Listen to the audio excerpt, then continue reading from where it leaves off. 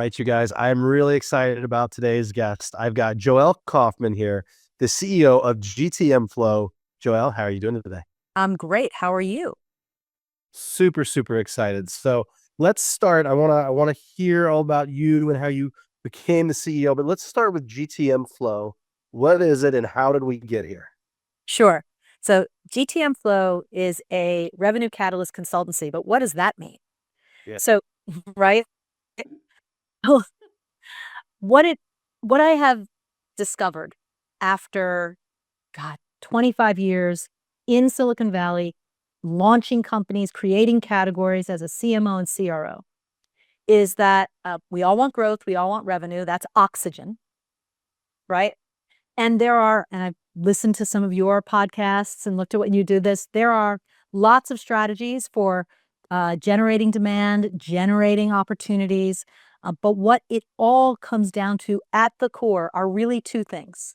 One, you must have a product people want and know which people really need it. That's number one.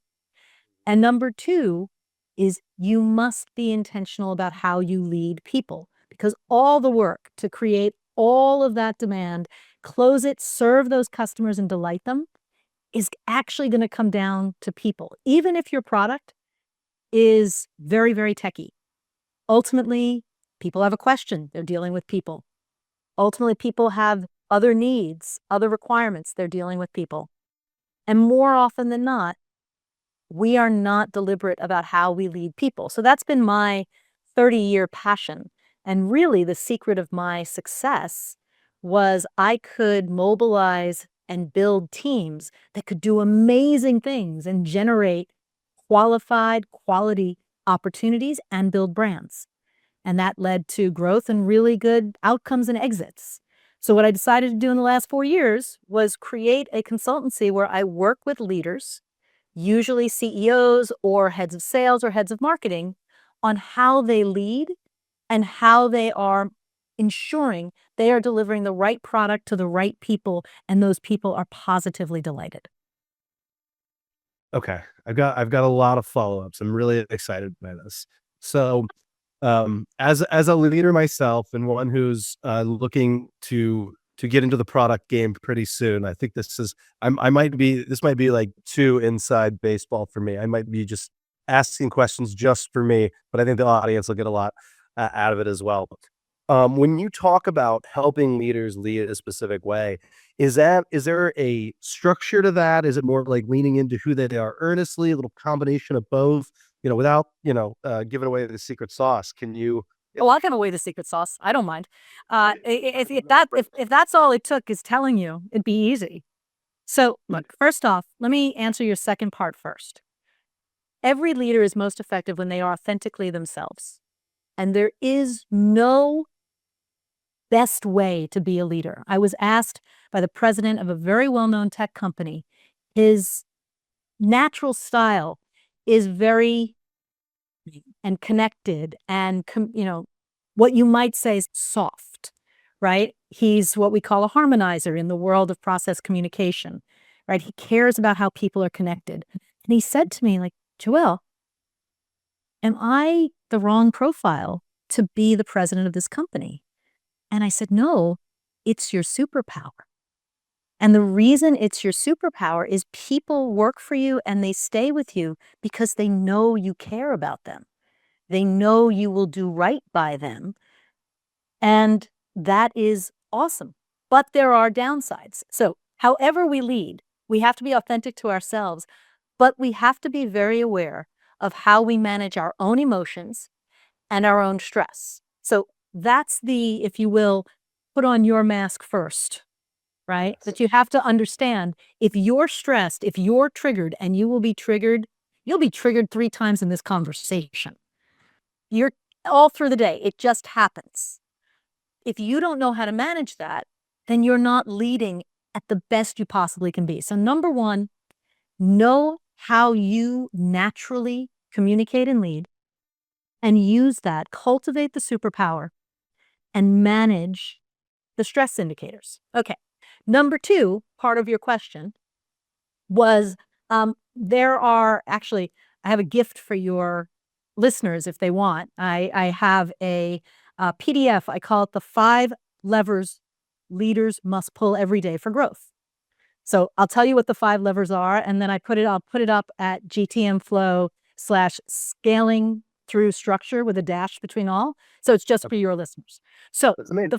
you're welcome. So the 5 levers are: number 1, focus and alignment. One could argue that the entire job, I can argue why it's not, but the entire job of you leading your organization is alignment.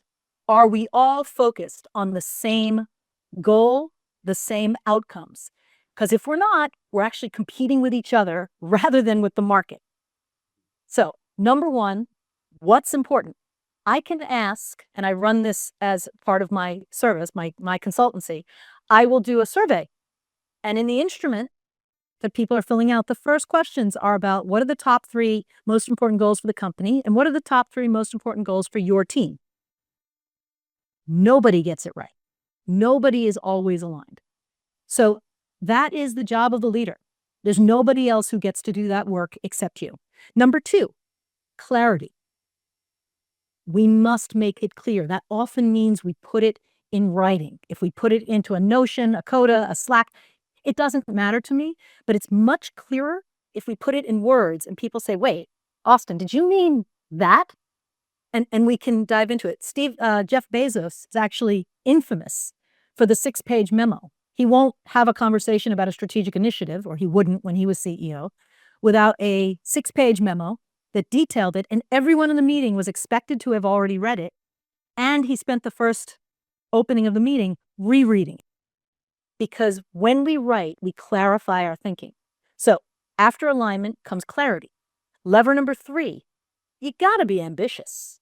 Not insane, but ambitious, because we're all here to play. And if we hired the right people, we're playing to win. Well, what does that look like? And how fun could that be? So we set the ambition, we set the tenor. Number 4 is we tell them why winning matters. We set the purpose, right? You run an agency, great. Why is that helpful? We talked, when I listened to your podcast, about helping thousands of clients build big pipelines. Why does that matter?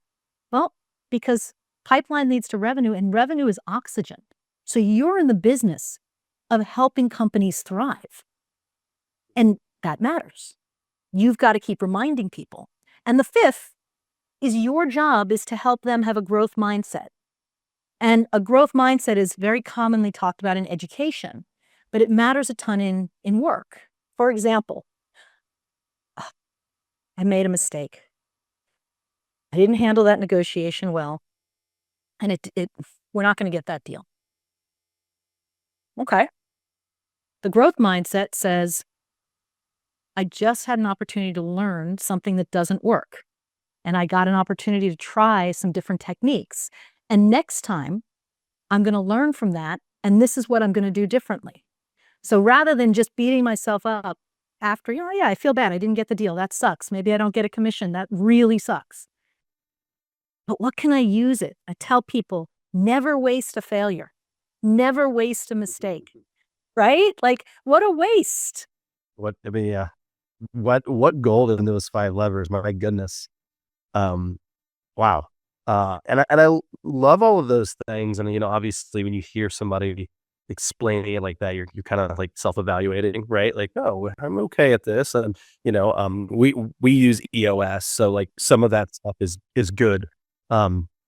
Especially for a personality like mine, I'm whatever they call the visionary archetype, which sounds awful to call yourself, but that's their words, not mine. And I was reading the book that kind of talks through it the other day, and I realized that it had something on there I'd missed the first time, which was that oftentimes ADHD, which I have big time ADHD. And so I always look at like my leadership and get excited about my ability to motivate and get people excited and do all of that. But when it comes on to like the hands-on day-to-day management, I am horrible. Like I'm the worst manager. I only have 3 people report to me. They are all super high performers, and I just trust them completely. But I always kind of start like, self-evaluating. Well, oh my gosh, how how should I be in their lives more? Should I be in other people's lives more? And it's, that thing where you start kind of recognizing that maybe time doesn't equal impact. So, I tend to kind of look at like where I can win and I know that I can be most of value. And then I realize it's like leadership isn't this like one person does it thing. And so it's kind of helping other leaders lead in their way and lean into them. And that's what I found is like, even just like the most like thrilling thing when you watch people like utilize some techniques you maybe taught them and like make change, like watching like the people under you lead, I feel like is one of the, is just riveting. It's amazing. I Um, agree. and so how do you kind of get that trickle effect? Obviously, it starts with the CEO, starts with the head of sales, and then kind of goes down. How do you get like that alignment, I guess, across the board? So I'm a big believer in a predictable cadence for that. So there is a time. So you're very creative. My guess is the knock on you is Austin's always got another idea and we can't finish one thing because Austin's got another one. Yeah. Right. Yes. And then the three people who work for you act a little bit like buffers. Like, okay, that was a real idea we need to consider. And these were things to just put in the idea bucket and we'll come back to. So let's talk about time. When I ran teams and when I work with people who are running teams, I say, look, I want you to set a calendar for the year. The calendar is going to look like this. Every year, at least once, maybe twice, we're going to slow everything down. We're going to reflect and we are going to do the visionary thing. Where are we? Where do we want to go? Great. And we are going to refine that to no more than 5 possible goals. I prefer 3, but if you 5. And they are ambitious and they are inspiring. And each of the 5, we can call them an objective, you can call them a goal, you can call it a V2 mom, I don't care, is going to have measurable results and an owner for each of those results. And that's how we're going to know if we're making progress towards our goal. Okay, once a year, maybe twice. Once a quarter, we are going to sit down and look at how we did for the whole quarter, reflect what went well, what could we learn and do better, that growth mindset, and reset our metrics and maybe our goals for the next quarter. Okay, so now we have a quarterly meeting and an annual meeting. Every 6 weeks, we're going to have a very extended check-in. Have we learned something that down prioritizes something and up prioritizes something else? Something from the market, something from our customers, something from the mind of Austin. And we're going to make a deliberate choice. But we do that at 6 weeks. And then every week at our staff meetings, we have a dashboard and we are going to look at how we are progressing on those metrics. And what we want to talk about is what exceeded expectations. It's moved, it's green. That's awesome. How do we do that? And what's red? Because what's red unlocks the most powerful thing a leader can ever say. You ready? Do it. How can I help? That's the most powerful thing. How can I help? What do you need to succeed? My job as a leader and as a leader of leaders is to ensure you have the full opportunity to succeed. And if things are getting in your way from succeeding, and Austin, that can mean personal things, right? Sometimes people are like, I have an issue with my kid. It's thoroughly distracting me and I can't actually work at the level I want. Okay, that's really awful.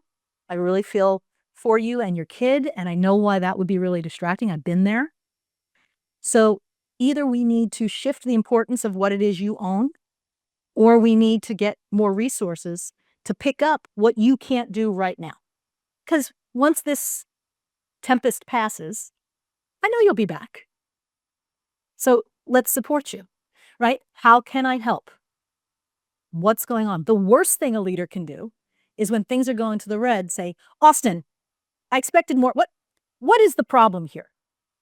Because then you're just going to hide stuff, right? Like, let me just make sure we don't know. I'm going to hide everything. Now, that doesn't mean you don't hold people accountable. I'll share another secret that I do is with people. When we do that goal setting and people commit to a goal, that I want to be ambitious, I do it publicly. Yeah, they want to succeed and for me to think they look good. They really want to look good in front of their peers. Mhm. So your name's on it, Austin. You owned it. You took it on. And you're the one who's going to tell us about it. Good or bad. Bad, we're here to help. Good, we're here to celebrate. But it's on you. This is a team sport. We'll support you. But you're the owner. What I do is I create that culture at the top. And I ensure that the managers below me or the leaders below me, whichever, they are also running on the schedule. So we do the vision thing all together. We do the big goals. And then they do the same thing with their teams. What is our team's goal and how does it contribute to which of these bigger goals? And we ladder it throughout the organization. Now, that doesn't mean that a high-level metric is suddenly your goal. That doesn't work because you're not in the business of making me successful. But the high-level metric, we say, what are you doing? What are the goals you have, and how do they contribute to that metric? So it sounds like a lot of overhead. I've done it on a Google Doc. I've done it on a spreadsheet. I've done it with Airtable. I've done it with Rike or with Workboard. It doesn't matter. The tool is irrelevant.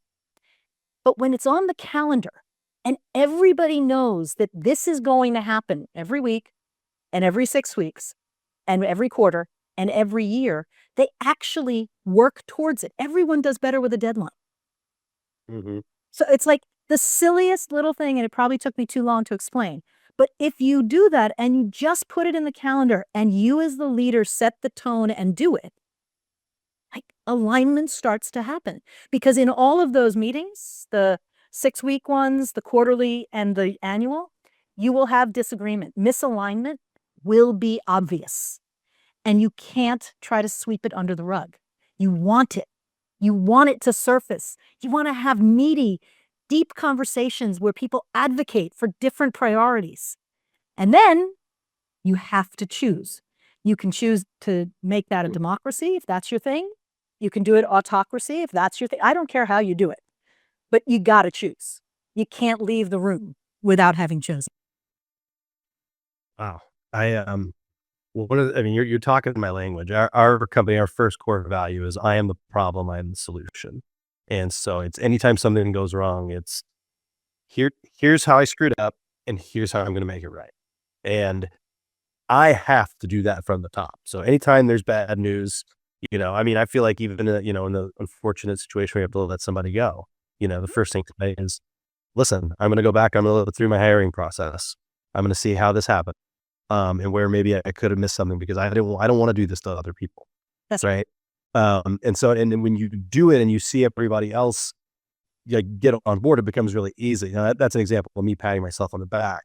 And on the opposite side, where sometimes I am foolish and will jump into a project, which I should never, ever do. I Slack and I email and I ask everybody to do these things for me. And there's this beautiful project management system that is super, super organized and right. And if I just went from the top and did everything the way I was supposed to, it would get everybody else to be able to do it as well. I'm not very good at that. So I do recognize the difference in how things work when everybody sees you doing the thing that you want them to do. And then when they see you not do it, right? And also it feels terrible, right? Because it when you're at least when you're self-aware, right? And you're just like, oh my gosh. So I mean, some people would say, well, get in there and learn right. No, my answer is to just run to the hills and never get involved in the middle of projects again. I don't want to screw up. So maybe there's something in between, right? Because so you're not a Reich and process and structure guy. Okay. I need it. I know that I need it. But you're not that guy. Okay. You're a creative idea guy. The energy hits you. So what I would coach you is say, again, I want you to be truly you. So all those ideas, lever 2, clarity, write it, refine it, think about it, take all that energy. And I don't care if you write it neatly the first time, just pour it out. Talk to an AI. I don't care how you do it. I have all these thoughts. What did I just say? Here you go, Austin. Okay, Let me refine that. What did I mean? What are the issues? Now I have a doc, however long it is. Now I know I suck at Reich. I'm so excited about this. Now I need a partner, a teammate, where I can say, look, I just had all these ideas. I want to do this the right way, but I'm not going to be inputting stuff into Reich. I'm not good at it. I didn't learn it. It's just not my thing. I guarantee there's someone in your company who loves Reich. There's somebody for whom it is their love language, right? And Yes. so that person might be a good partner for you to say, hey, can we partner on this? And can you help me introduce this to the team in a way that could be productive? And great. Now we have, and they may say, like, I'm not putting all that in. Okay, great. But how do we introduce it to the team in a way that's productive? So now we get the benefit of your creative energy. You've clarified. So you've tightened it up. And then you're like, look, I'm weak here. It's just a weakness, but somebody else is strong. So can we partner? Nice. I like that. I really like that because I definitely think there's those times when just naturally I can go in and help with what I do. I mean, just even turning the tables on somebody and say, can you help me? Really impact. So this is all fantastic. So if I've got, my audience is a lot of leaders out there, entrepreneurs, and if they're hearing you and going, my gosh, this is great the way that I am. I guess my question is like, somebody engages you to work together. Like, how do you structure that engagement? Yeah. How does that work? So I have really two different ways, but I'm going to focus on one because the other is a subset. I believe that all work is done best by teams and that most of the problems we have come from the dysfunctions of teams. And every team seems to have a bunch of dysfunctions. So what I have is a 6-month program called the Team Performance Amplifier. And through it, every team will be extraordinarily successful if you follow it, because leading people is complicated and frustrating. But I have an approach that lets you be you, but it will help you continuously get the best out of your team. Here's how it works. There is a diagnostic. It's called the Team Performance Diagnostic Assessment. You and your directs all do it. It's confidential. It's very short. From that, we also sit down, you and me, Austin, and we talk about your goals, your aspirations for this team and the company, as well as the challenges. I take the performance to goals that you're going to share with me and the assessment, and I create a 6-month roadmap called the Team Performance Amplification Plan.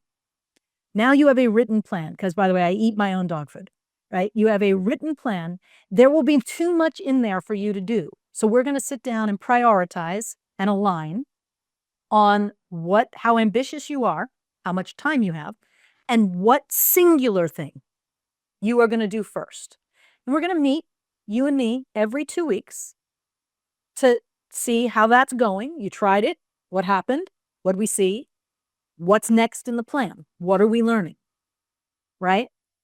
Every month, I'm going to sit down with your team and you. Now, I'm mostly going to watch what's happening because that is great information. But you and I may plan that, hey, the team has some communication issues.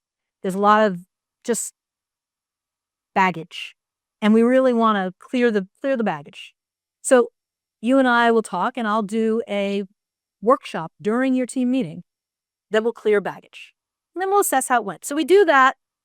At 3 months, we do another team performance diagnostic, see how we're going. Meanwhile, you can take advantage. I have a weekly web-based learning. So you can say, look, go over that goal thing with me again. Well, great. I'm going to attend that. Or let's talk about who I am as a leader. And, how do I lean into what comes naturally and deal with what doesn't? Because I'm a human and therefore I am imperfect. So you get the plan, you get the coaching, and you get the online learning, and you have, I'll call it 24/7 access to me, but it's actually within 24 hours I'll respond.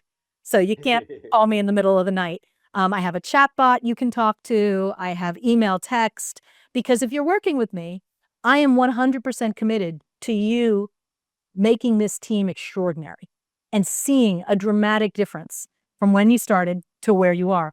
And sometimes, Austin, that means dealing with some of the people are coming in and out. People leave, people come.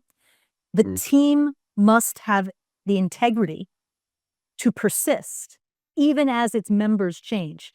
For example, the New York Yankees is the New York Yankees. Even after Derek Jeter and A-Rod retired, they're still the Yankees. So that's the kind of team you need to have. Does that make sense? Oh, 100% makes sense. There's this great book that I probably not even, I think I've only listened to the clip notes, but everything about it made sense. It's called The Captain Class, to go on with the sports analogy. Yep. And it's essentially this guy, he went to all the great teams in the history of sports and kind of tried to bring it to business. And the one thing he found was there's always this manager who had a good vision, who could, who's just a good coach and knew what he was doing. And then there was a star player who bought into that vision and led and followed the way. And those two connecting is what made the team, and then, the team great. And then obviously to your, what you were saying with Jeter, then all of a sudden Jeter's gone, and maybe they don't really have as good of a captain, and maybe they don't win as many World Series. And so that to me is like that, like lieutenant, um, I guess stage of business to me is like absolutely the most important. And when I find the right people, and I'm so lucky to have 3 of them right now, I'm just like, I'm going to treat you like gold because you set the tone that gets everybody else to buy in. And if you're buying into what I'm selling, everyone's going to buy into you, and we're going to be able to be so much more productive because we're all rowing in the same direction. So That's right. yeah, Number one lever. yeah, I get it completely. Um, It is. All right. I always like to ask this question as kind of a last question. And everybody's different, right? I talk to some people and I like, how do you do your work-life balance? And it's, oh, hard 5 o'clock. I never miss a game. Other people, I'm a workaholic. I like being a workaholic, but how do you, as you've built this career and you've got this great consultancy, and how do you structure just you as a person and all the things that you want? Out of a day, a week, month, year. That's a great question, Austin. I really like it. So first off, I have 3 children, and I worked all through their lives. So, in fact, I joke I got a new job 4 times in 3 pregnancies. That's probably a different podcast topic. Yes, it is possible. And one of those times I was 7 months pregnant. It wasn't like I hid the pregnancy. I'm a little person. When I'm 7 months pregnant, it's not hideable. So, and I was very committed to 2 things: having an extraordinary impact on the companies I joined and being a very present parent. But I also was aware for myself that I'm very achievement oriented. If you think of what are your motivations? The triangle: achievement, affinity, or power. Achievement's my bag. And I did not want to uh, realize my achievement needs through my children.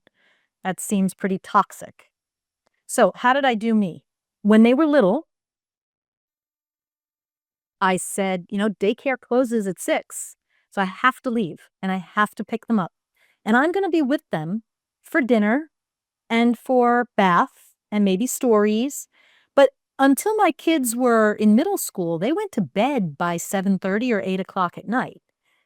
And then, I'd get back on and make sure whatever I had left undone was done. Now, that focus and alignment and clarity, I got really good at it. Like, what's important, what's not.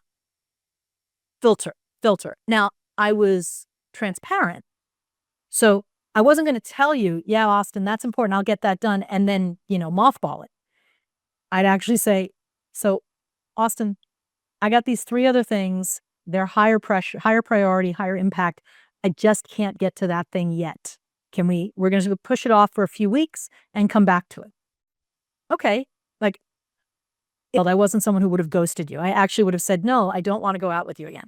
Right. That's just my thing. So, so I set these boundaries that I was going to leave and I was going to do bedtime.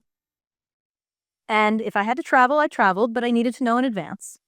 And then my kids got older and we actually had an au pair because school ended at 3:30 and work didn't.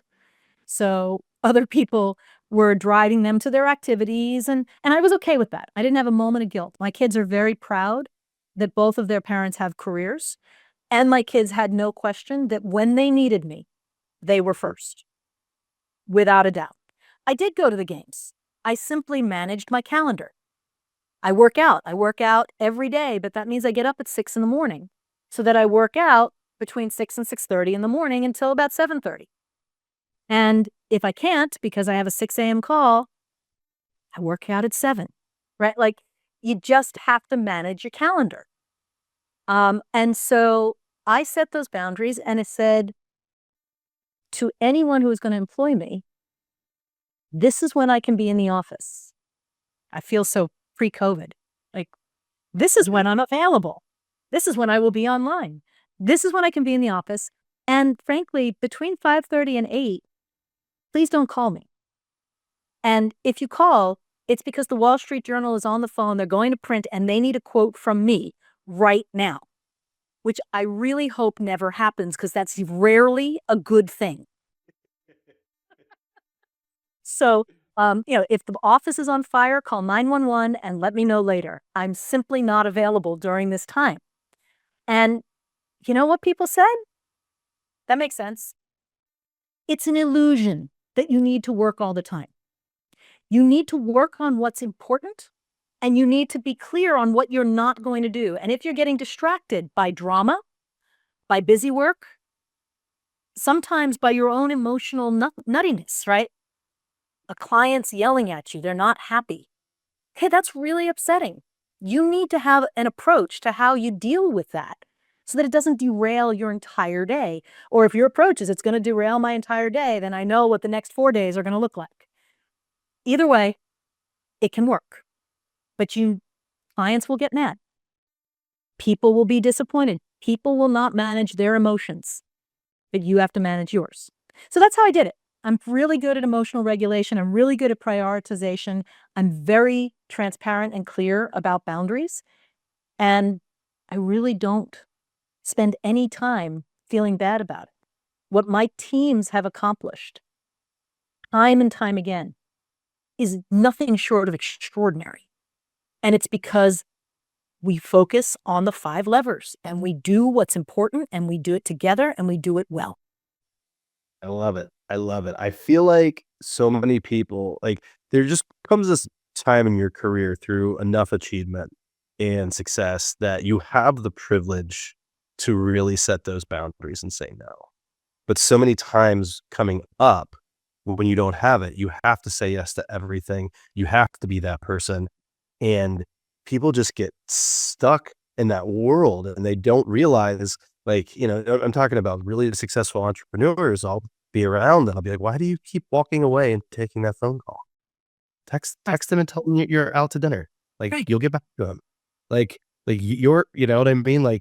Because if they know they can call and you're going to pick up every time, they're going to do it. Right. Obviously, you're so valuable to them that they're calling to begin with. They're not going to not, I think people get so wrapped in that mindset. And to anyone listening, like, if you feel like you're in the place where you can start setting those boundaries and say no, set them. Trust me, I've lived both lives.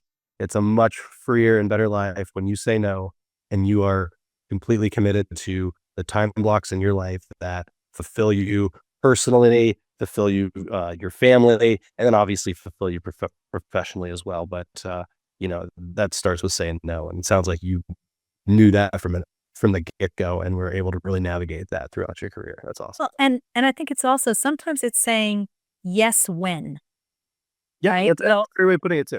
Yes when. I'd love to talk to you. I'll call you in an hour. I'd love to talk to you. Can we schedule time tomorrow? Here's my link. Right? There are ways of doing it that are not abrasive, and I had to learn that. My natural style would be like, F no. And that doesn't go over well.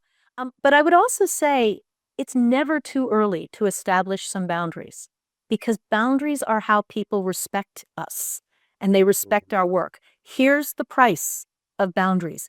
What you commit to doing, you must deliver. If you commit and you deliver, you earn the right to set some boundaries. My very first boss, when I was a consultant at Deloitte, I said, Jeff, how much time do you need me here? I'm a business analyst in a consulting firm. I'm the lowest on the totem pole. And he looked at me and he said, if you can get this work done in 20 hours, you can go shopping for all I care. I was like, really? He's like, it's the work, not the time. It's always the work. And we get caught up in a feeling of, if I don't do all the time, are people looking down on me? Now, there are exceptions. If you're an investment banker and you're in the deal throes, or you're a lawyer and you're in the middle of closing a major transaction, you're going to be working till all hours because it actually is a time constraint. But we all have to be really clear about when that exists and when it doesn't. I wouldn't say I was great about setting boundaries when we were launching a company because, as the head of marketing at the time, I read every page of the website before it went live. That is tedious, but it had to be done, and it could only be done in the hours before we set it live. Now, could we fix anything if it was wrong? Of course. Did I find everything? No. But I felt a responsibility to have done that. And so that wasn't the model of all boundaries. I did do it after the kids went to bed, though. I love that. It's a great way of putting it, right? Just the boundaries. It's not always saying no. You're right. It's yes when, but it's also there's just like if you want me and you want to work with me, then you have to understand that this is how it's going to be, and that just sets a relationship off so much better than vice versa. Because second, I've just seen those people. We'll call them professional bullies, where you give them an inch and they're going to take that mile. And it's no bueno. It's no bueno. So gotta protect yourself. Well, Joelle, where can the audience find you? You can find me at GTM Flow. And like I said, if you listened to Austin's fabulous podcast and you want a PDF of the 5 levers, you go to GTM Flow/scaling through structure with the dash between scaling and through. And that will be all just for you. Awesome. We'll put that link in the show notes too, so it's easy to find. This was amazing. Thank you so much. I really, really enjoyed this conversation. Me too, Austin. That's it for today. If you like what you see, give us a thumbs up and make sure you hit subscribe so you can see our latest videos as soon as they drop. We really appreciate you watching. See you next time.